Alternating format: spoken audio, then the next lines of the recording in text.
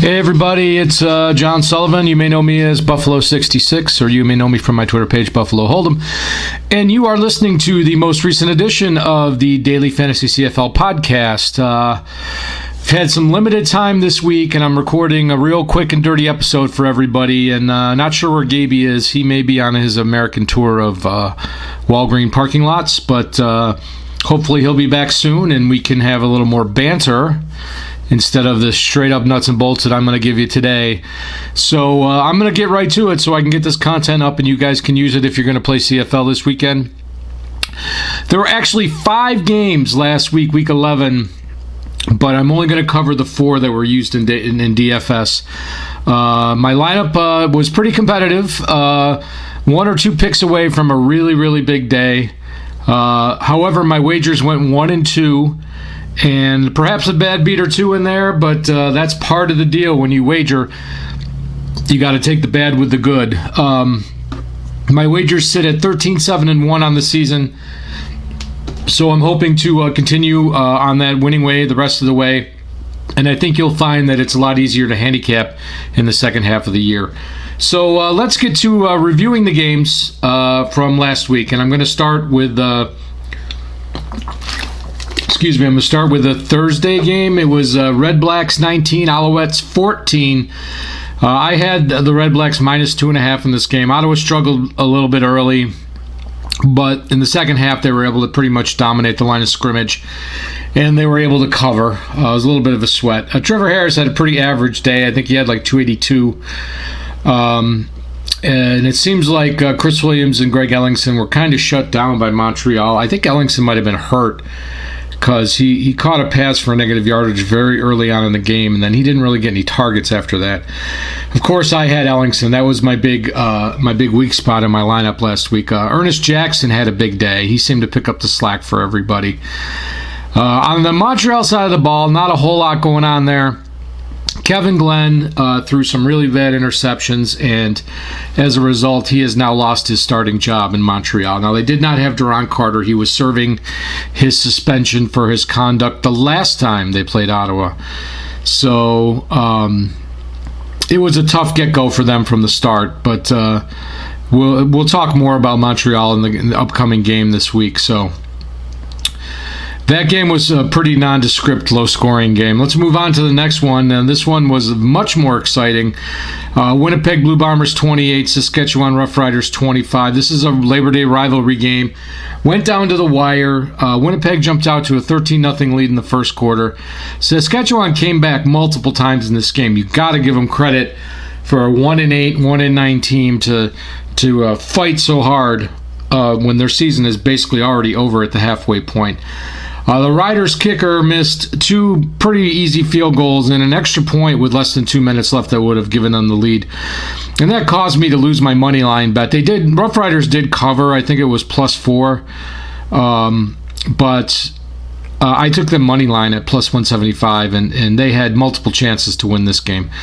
Durant was great. Caleb Holley kind of came out of nowhere and got most of the yardage. I was not expecting him to be such an integral part of their offense.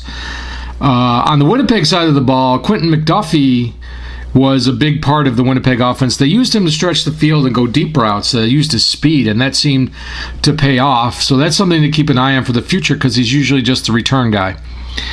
And there was a real controversial pass interference call at the end of the game, and a lot of people bitched about it, and it may have ultimately decided the game, but both teams had chances to salt this game away, and neither really put a clamp on it. So it is what it is. Moving on to the Monday games, we had Edmonton Eskimos at Calgary Stampeders, and the Stampeders won. The Stamps won 45-24. I've said it 3 or 4 times in this podcast already. Calgary at home, Calgary at home, Calgary at home. I think they're like 21-3 with Bo Levi-Mitchell starting at home. They've been just dominant. Jerome Messam was a beast. He had over 100 yards. And Roy Finch had he had 200 return yards in this game. So the role players doing their part.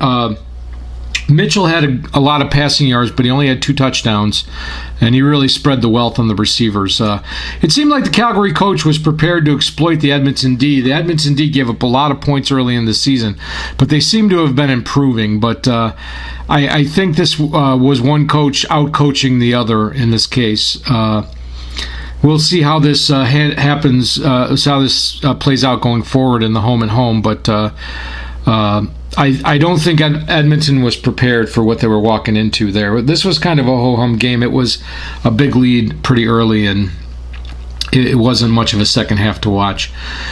And then finally, the Monday night game, and boy, oh boy, the Tiger Cats defeated the Argonauts 49-36, and this was a tale of 2 games. Toronto had a 30-17 lead in the third quarter. I had Toronto plus 10.5. And I almost tweeted out, "Oh, the cover looks good," and I'm glad I didn't because they didn't cover.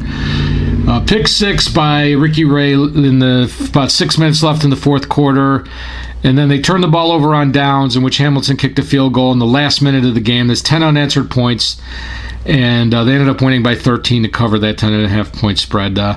Both quarterbacks were relatively good. They both had picks, but they both had almost 400 yards. Claros had 4 touchdowns. C.J. Gable had 135 rushing yards for Hamilton, and Deontay Spencer, Steve Tasker were the big receivers in this game. You know, you got to give credit to Hamilton to not giving up and just, you know, playing really solid defense in the second half. They've really just been a different team with Zach Claros back for them. And Masoli seems to be relishing his short yardage role. He's had 2 or 3 rushing touchdowns in the last couple of games. So that's it for Week 11. And we're going to talk about, I'm just going to zoom right into Week 12 because I've got limited time today. And the weird thing about Week 12 is we've got 4 games, and 3 of the games are rematch games, otherwise known as home and home. So 3 matchups last week are repeating this week, but just the venue is changing. So let's go over the games, and I have some opinions on the wagers and on the DFS end of things. So let's get started. We've got Montreal Alouettes at BC Lions. Lions favored by 9.5, 48.5 total. So Rakeem Cato takes over for Kevin Glenn, and Deron Carter comes back for Montreal. I don't think Rakeem Cato is really a drop-off at quarterback for Montreal. They've kind of got nothing to lose here. I think he's more mobile for sure, and he may be a better game manager. He doesn't seem to throw the ball up for grabs like Kevin Glenn does. And obviously having Deron Carter cannot be a bad thing as a target. And B.J. Cunningham, they've got some big targets there. I like Montreal to cover here. I don't think their playoff hopes are completely dead. If you see Vernon Adams come in this game, not besides just for short yardage, but like to get some, experience playing time, that means Montreal's given up on the game, and they've probably given up on the season. They're really not out of it. The East is so muddled. They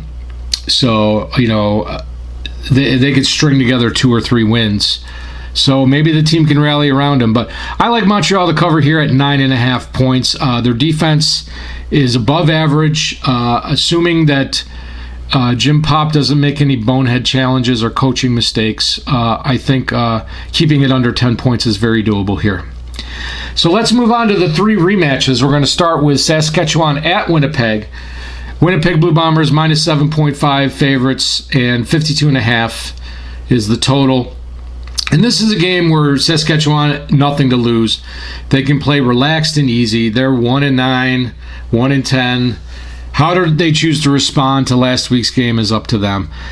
Trends suggest that teams more often than not split the home and home series.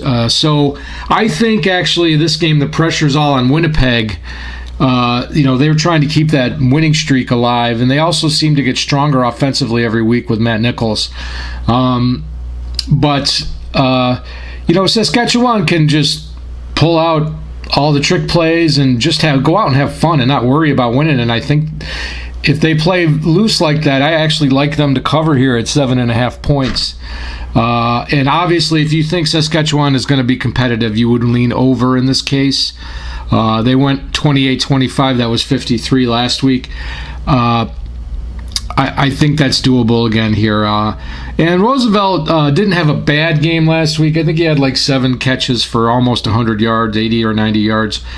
I look for him to have a breakout week regardless of the outcome of this game. He's kind of been that off and on, average game, huge game, average game, huge game. So I would look at Naaman Roosevelt this week as one of your receivers. Alrighty, on to Calgary at Edmonton, probably the premier matchup this week. Edmonton at home is a 2.5-point dog, and 54 is the total. And the Stampeders are playing their best ball right now, and there's no argument that they're the number one team in the league right now. So I do think the Eskimos are a live dog in this. I think they need a statement win to solidify their number 2 overall probably standing in the league. This Edmonton is a team that can win a big game. They have all the tools. I'm more concerned about their defense, but if they need a touchdown to win the game, boy, you got to think that Mike Riley and those 2 big receivers can get it done. All the regulars for both sides are in play here. I think that the Calgary receivers, for the most part, they spread the passing game out too much for any one of those guys to pay up for anybody. Maybe you want to do a value play like somebody under 4,500. I really like Edmonton at +3 here. It hasn't got to +3 yet, but if it does, I think I might take Edmonton. Again, feeling that home and homes usually split. So I'm waiting on that. Not sure on the total. I would think that if Edmonton won this game, it would be lower scoring. But you never know. They might just try to roll up the score if they're worried about their defense playing up to par. All right, and the last game of Week 12 is Hamilton at Toronto, another rematch. Toronto's getting, they're 6.5-point dogs, so they're getting 6.5 points. 54 is the total. And without question, the Tiger Cats have been the most explosive team in the league since Zach Collaros was returned. Offensively, we're talking. It's hard to fade him as your quarterback play right now. He's got so many weapons. Tolliver and Tasker have been his go-to guys. And on the Toronto side of the ball, Deontay Spencer, to me, is a really good value, especially if he continues to return punts, because he's going to be a top 2 receiver, and he's also going to get return yardage. So that's another solid DFS play for you. Hamilton defense is always a good play with Brandon Banks in the return game. You can't fade the potential to score extra points that way. You would think that this is an automatic over at 54 after last week's game, but I have a feeling that Scott Milanovic in Toronto may try to do ball control with Brandon Whitaker in the running game. I think that might have been their plan last week, and then they just got blitzkrieged and they had to start throwing the ball. I do like the Argos. If it gets to 7.5, I might take them there. Otherwise, pass. I don't know about Toronto. Toronto seems to be in such a mess. I don't know about them splitting the home and home here, but they might cover. If you get more than a touchdown, I might think about taking them.